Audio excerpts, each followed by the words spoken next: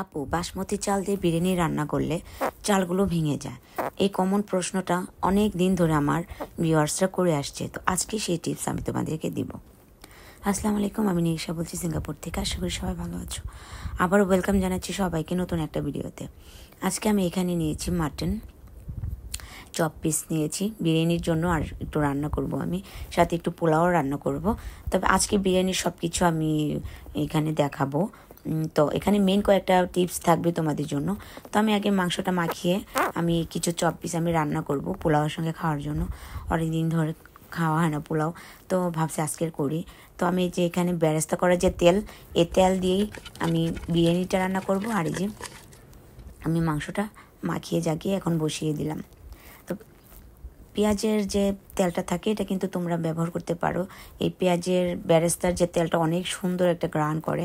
তো আমি এখানে আদা রসুন পেস্ট দিয়ে দিলাম, আমি এখানে দই দিয়ে দিলাম, শানের এই মশলাটা।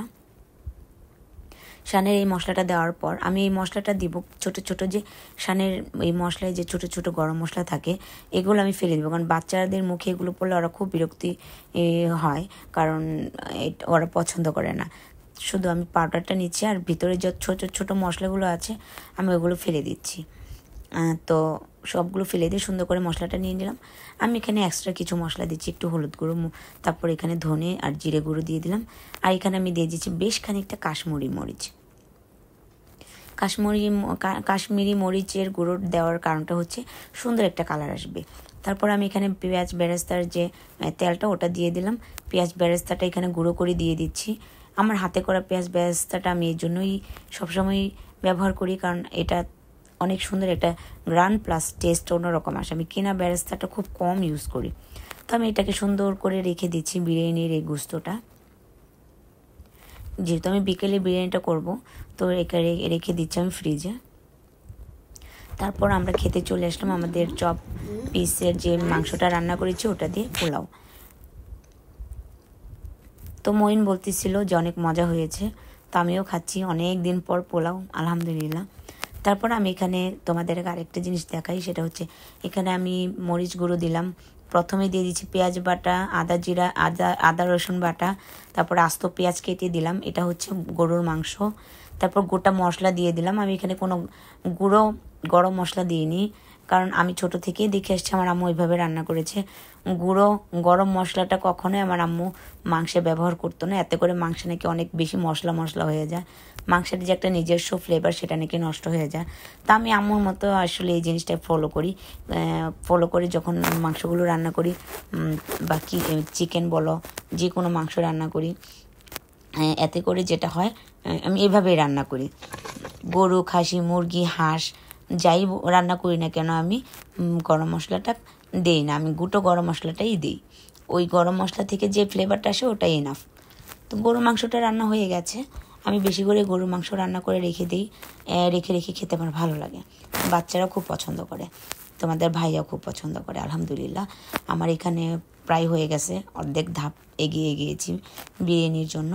তো আমি তোমাদেরকে এখানে বলি, বিরিয়ানির চালটা ভিজিয়ে রাখবে ভিনেগারের পানি দিয়ে, সাথে নর্মাল পানি দিয়ে ভিজিয়ে রাখবে।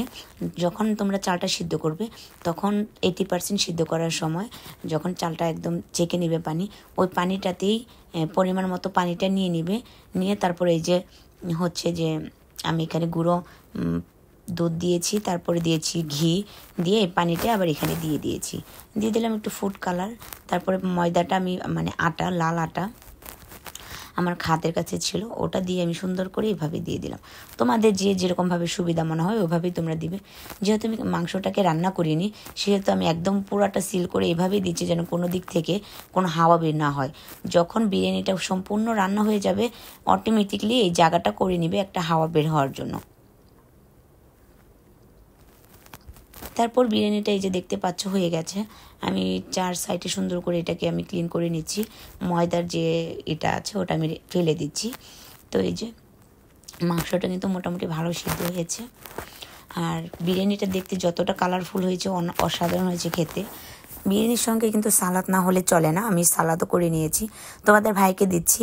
ওর জন্য আরেকটু আমি ছোট বাটিতে তুলে রেখেছি, ওটা খেতে এটা ঠান্ডা হবে, ও আবার গরম জিনিস খেতে পারে না একদম। তো এই যে 2 ভাইকে দিয়ে দিলাম। আর এই যে সাইডে তোমাদের ভাইয়াকে দিলাম একটা বাটিতে আর একটু, যদি ওর লাগে তারপরে ও নিয়ে নিবে। এখন আমার খাওয়ার পালা। সবাইকে দেওয়ার পর আমি এই যে নিয়ে নিলাম, খেয়ে তোমাদেরকে জানাচ্ছি কেমন হয়েছে। অনেক মজার ছিল। আমি কিন্তু রায়তার মতোই করেছি, একটু ইয়োগার্ট দিয়ে স্যালাডটা করেছি। তারপর অনেক মজা হয়েছে, গোস্ত খেতেও খুব মজার হয়েছে মাশাল্লাহ, আলহামদুলিল্লাহ। সবাই খুব হ্যাপি, সবাই অনেক ভালো থেকো, আল্লাহ হাফেজ।